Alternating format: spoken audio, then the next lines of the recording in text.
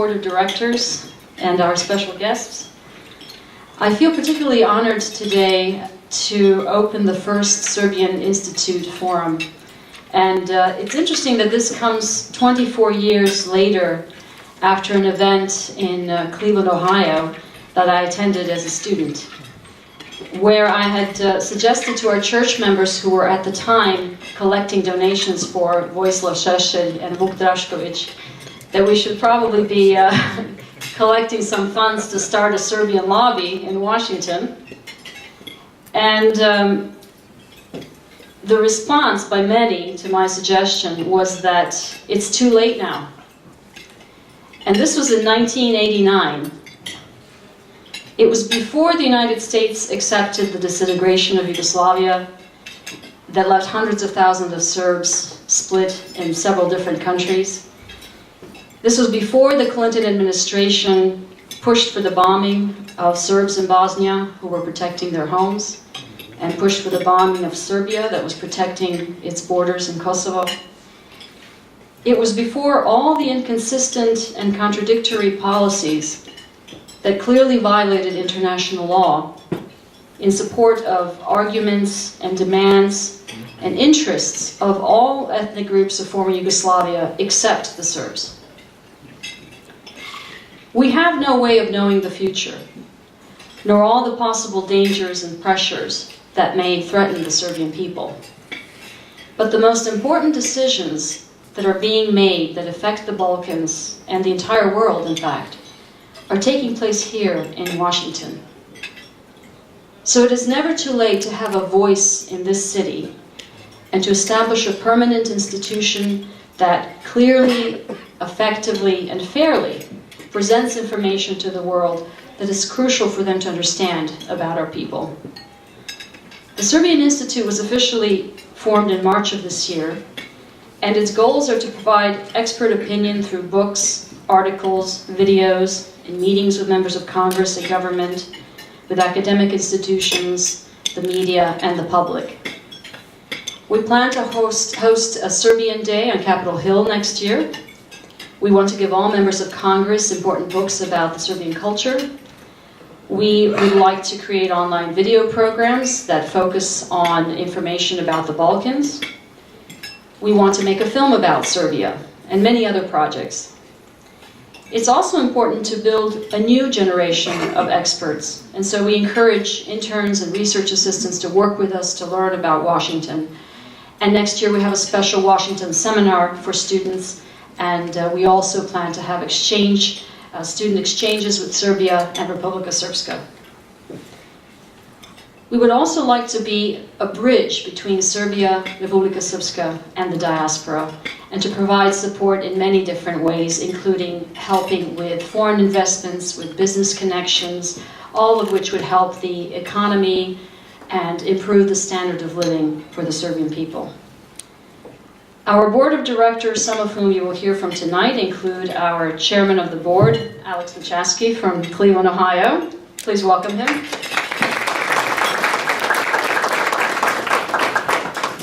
The honorable board member, Branko Terzic from Virginia. Our treasurer, Victor Prego from Washington, D.C. And two of our directors, Predrag Pajic and Eleftherios Michael. And we also have board members that they could make it tonight from Chicago, Branko Tupanec and Slobodan Pavlovic, and Mim Bizic and Sisi Rebic from the Pittsburgh area. Obert Kesic is our special consultant. He is also the director of the Republika Srpska Office for Cooperation, Trade and Investment. And we welcome Drina Rajic from his office in his place. Where's Drina?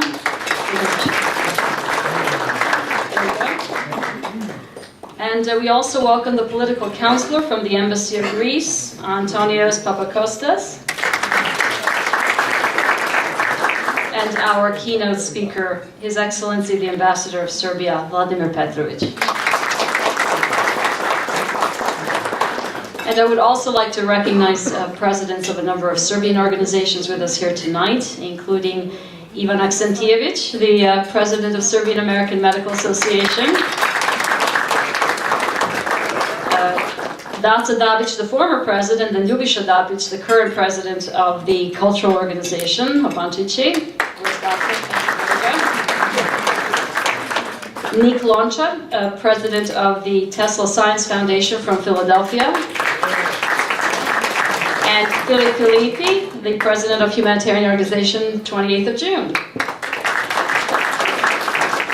I'm also very pleased to announce that we recently were granted the 501c3 status of a charitable educational organization, which means that all donations are tax deductible, and so we are counting on your support to help us continue to implement our goals and projects in the coming years. Thank you very much. Samo sam htjela par reći isto na srpskom, pošto je ovo Srpski institut, naravno. Dame i gospodo, poštovani gosti i članovi odbora, izuzetna mi je čast da danas otvaram prvi skup i forum Srpskog instituta. I ovo se dešava 24 godina kasnije, posle jednog događaja u Klimandu, gde sam kao student, kada su sakupljali dobrovoljne priloge za Vojislava Šešelja i Vuka Draškovića, sugerirala da možda bi trebali da skupimo fond za srpski lobi, da bi kontrirali u to vreme veoma jak albanski lobi i njihovu propagandu. I odgovor od mnogih je bio, sada je prekasno. I to je bilo 1989. godine, pre nego što je Amerika prihvatila rascep Jugoslavije, koji je ostavio 100.000 Srba razbijeno u nekoliko država, pre nego što je Clinton administracija pokrenula bombardovanje protiv Srba u Bosni, koji su branili svoje domove, i pre bombardovanja Srbije, koja je branila granice na Kosovu. I to je bilo takođe pre nego što su se razne kontradiktorne politike primenjivale, koje su kršile međunarodna prava, da bi se podržali argumenti, zahtevi i interesi svih etničkih grupa bivše Jugoslavije, osim Srba. Mi ne možemo da znamo našu budućnost, niti da predvidimo sve moguće opasnosti i pritiske koji slede naša naroda. Ali najbitnije odluke koje donose se u vezi Balkana i u vezi sveta se donose ovde u Vašingtonu. I zato nije nikada kasno imati glas u ovom gradu i osnovati jednu jaku instituciju koja efikasno i pravedno predstavlja informacije svetu koji je kritičan da se razume o našem narodu. Srpski institut se zvanično formirao marta ove godine sa ciljem da se predstave stručna mišljenja putem knjiga, članaka, preko videosnimaka i sastanka sa članovima kongresa i vladom, sa akademskim institucijama, sa medijama i javnošću. Planiramo da održimo Srpski dan na Capitol Hill sledeće godine, da predamo važne knjige o našoj kulturi članovima kongresa. Planiramo da snimimo film o Srbiji i da emitujemo epizode na internetu, emisija koje fokusiraju na bitne teme sa Balkana. Takođe, bitno je graditi i novu generaciju stručnjaka i pozivamo studente da sarađuju sa nama, da dođu i nauče kako Vašington funkcioniše. I u tom smeru planiramo specijalnu konferenciju za studente u Vašingtonu sledeće godine i program za razmenu studenta sa Srbijom i Republikom Srpskom. Želimo takođe da gradimo jaku vezu i postanemo most između Srbije, Republike Srpske i dijaspore. I možemo da pomognemo njima u vezi raznih stvari, u vezi investicija, u vezi privrednih veza, kako bi se poboljšala ekonomija i standard života za naš narod. Čućete večeras od nekih od naših članova odbora i želim također da pozdravim sve goste i našeg ambasadora Srbije i sve prisutne predsjednike raznih organizacija koji su večeras sa nama. Računamo na vašu podršku da bi mogli da sprovedemo ove veoma bitne projekte Srpskog instituta koji omogućavaju bolju budućnost za naš narod i podržavaju interese srpskog naroda. Hvala vam na vašoj pažnji. Now I'd like to introduce Alex Machaski, former Cleveland Plain Dealer newspaper publisher, founder of the Cleveland Serbian Cultural Gardens, a strong supporter of Orthodox Christian charities and many Serbian causes, and who I'm proud to say that is the chairman of the board of the Serbian Institute.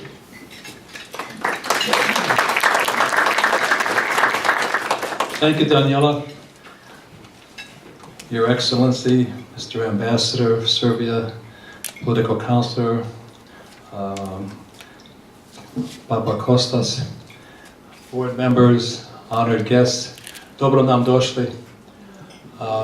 Moje ime Aleksa, spada da bude Mačesić, nego tako se nešto promijenilo kad je moj otac pošao u školi, ipak ako on je bio rođen ovdje, i to onda je ispalo Mačeski, kao da sam nekakvi polski čovjek. Nego ja neću vas učiti sa moje srpski jezik, onda ja ću promijeniti sada na engleski. What I was saying for you that don't understand Serbian was that I was born in this country. My parents were born in this country, but even so, my father, when he started to school, he couldn't speak Serbian very well. He was born in a coal mining town in Pennsylvania where my grandmother had a boarding house for Serbian and Croatian miners. And so when he went to school, teacher asked him his name, he said Đuro, George. Mačesić, in English it would be Mesić, M-A-C-E-S-I-C-H. It came out Machaski. It sounds Polish. That's probably why President Clinton invited me to a state dinner at the White House to meet the Polish ambassador. But most of what I learned from my Serbian baba, who never really went to first grade at school, but she taught me so many things. And one of the things that she taught me when I was about 6 years old, in her broken English, she would say, Aleksa, samo panti, just remember, no vork, no pork. There were no entitlements in those days. You had to work if you were going to make a living. It hurts me deeply in my heart to see what has happened to the image of Serbia and the Serbian people.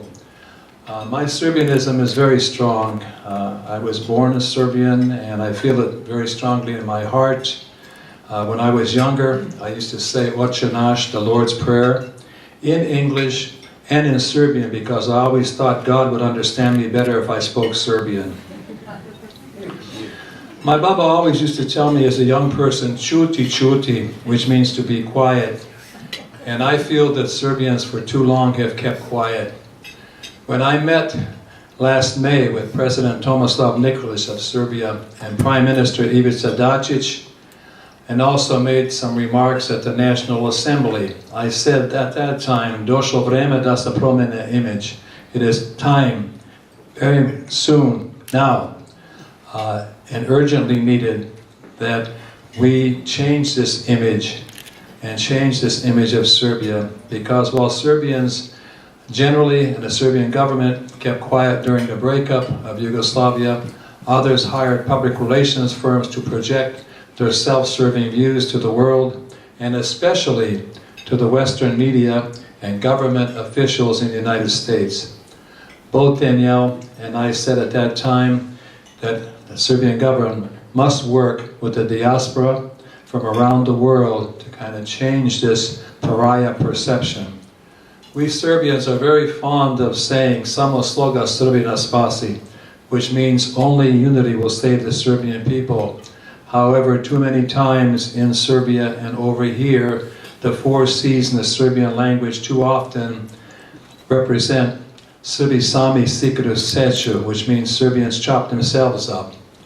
Many of us believe God helps those who help themselves. Serbia has been reticent to show the world that it is willing to help itself. Too many times we've invited Serbian delegations to come over here, and you set them up with meetings with government officials and set up business conferences with them, and too often, I'm afraid to say, their follow-through leaves something to be desired, or their interests really wane towards going to Walmart instead of something worthwhile. As a newspaper person for 50 years and publisher of a major American newspaper for 16 years before I retired 7 years ago, I've seen many distortions of the Serbian people, whom I know personally to be very basically good people and hardworking. Yet, in the films by Angelina Jolie, Tom Cruise, and others, and in newspaper articles in the New York Times and the Washington Post, and additional distortions in television interviews, and more recently in school books causing young children to come home to their Serbian parents and say, why are they writing these bad things about the Serbian people? It's again, like I said, time to change this image. We know we have examples of how the Serbian government can work with the diaspora in Ohio. The former President Boris Tadic and the former Governor of Ohio, Robert Trapp, signed an agreement with the Ohio National Guard to work with the Serbian military to develop best practices and exchange of ideas to make military and civic improvements. I worked with Prime Minister Dacic to get approval by Ohio Attorney General Mike DeWine for Serbian police to be trained at the Ohio Police Academy. We also accomplished the signing of a memorandum of agreement between the Ohio Police Chiefs Association and the Minister of Interior covering all police in Serbia. But there are many other examples, and some have been missed. I also recall some time ago setting up for President Dacic to meet with 45 chief executive officers in Cleveland, some of whom were interested in opening up operations in Serbia, but no follow-through. So it's a two-way street. We have some apathy over there, and we have some apathy over there. About the apathy over here, I was disappointed that about a year ago, the Serbian Unity Congress attempted to create the Serbian Anti-Defamation Association. Over 175 people were contacted, and less than a dozen responded. But, as Danielle has indicated, we cannot give up. I have faith in Danielle based on her work in publishing War on Words to refute the lies of events in the breakup of Yugoslavia. This is why several of us have formed a Serbian Institute to promote fair and equal treatment of the Serbian people. As Danielle has said, I'm proud to be and privileged to be the chairman of this new institute, and our goal is to represent Serbian national interests, to balance opinions of other ethnic groups in Washington, and to build an institution that will ensure Serbian national interests will be represented fairly in Washington in the future. The effort to change the perception in the media and think tanks will take time and funds to accomplish what needs to be accomplished and for these efforts to be implemented. A stronger effort must be made to allow people in the diaspora to vote in Serbian elections. And in my role as Honorary Consul for the Republic of Serbia, I'm willing to do whatever is necessary to bring this about. There are other issues that need to be addressed. An offer has been helped, but sometimes it's slow to be accepted. For example, Serbia not only has not only passed laws to reform the judiciary, but now they need help in implementing those laws. There's need for banking reform. There's need to make ease of remittances being sent to Serbia. So it goes without saying that there is much more to be done, both in Serbia and over here in the diaspora, and for that matter, in diasporas around the world. One final note is that Serbia must do a better job of exporting its culture to the diaspora. Yes, there are folk groups, musicians, and dancers who periodically come to church-sponsored functions. However, Serbia has so much more to offer with classical music, opera, drama, literature, and I believe that today's sophisticated and curious audiences would attend a Serbian opera or a play facilitated by translation monitors. Again, I want to thank you very, very much for being here this evening, and I hope that you'll be encouraged to support our efforts. Hvala.